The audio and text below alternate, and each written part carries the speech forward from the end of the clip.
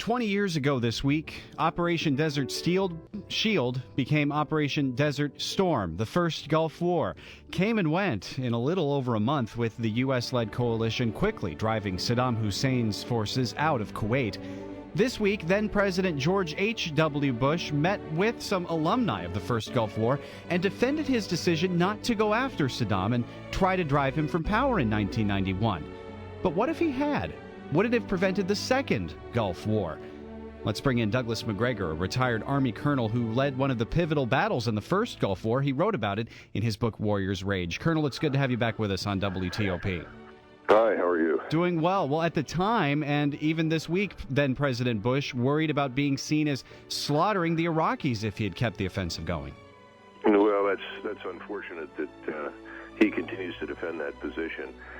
We should have been through with Saddam in the space of a few days. The 40-day air campaign was unnecessary, and when we finally did attack, we moved at a snail's pace, with the result that the only organization that we absolutely had to either capture or destroy, the Republican Guard, was able to escape.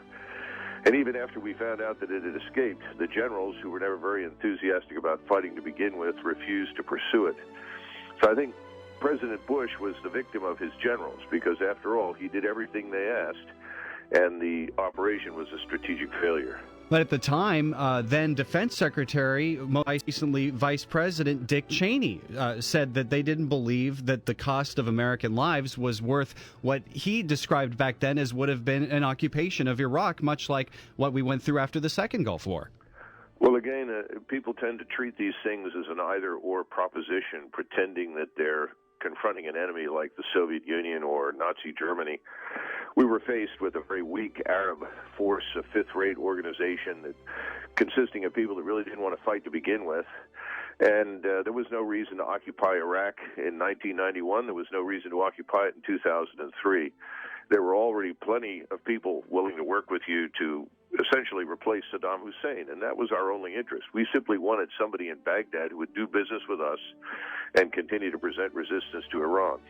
So you don't think there would have been a need for an occupation back then? No, there never was. There wasn't in 2003. And remember, in 2003, when we went in, we took an operation that should have been over in a week, and we dragged it out for almost 3 weeks. The generals have a bad habit of only understanding what they think they can count, and they count numbers and they count equipment.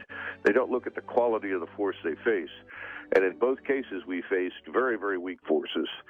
And we missed an opportunity, and Desert Storm turned into an Iraqi Dunkirk, the kind of thing that happened to the Germans in 1940 when the Germans allowed the British Army to escape. We allowed the Republican Guard to escape, and the war went on when it otherwise could have ended. There was also the consideration that President Bush had back then of keeping the coalition together. Would the coalition have held together if the first Gulf War had continued? Well, to be perfectly blunt, we were the force on the ground and in the air and at sea.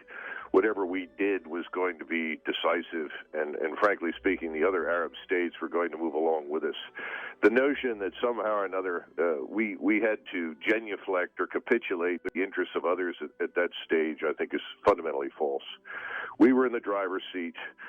We had an opportunity to really change the strategic landscape, and unfortunately, the generals snatched defeat from victory, allowing that force to escape, and then we pretended that we had won something. Remember, less than 2 years later, the Republican Guard moved on Kuwait, and it was at that point that the second Gulf War really got started, because we committed forces and we established no-fly zones, and we spent over the next 8 years billions and billions and billions of dollars to, quote-unquote, contain Saddam.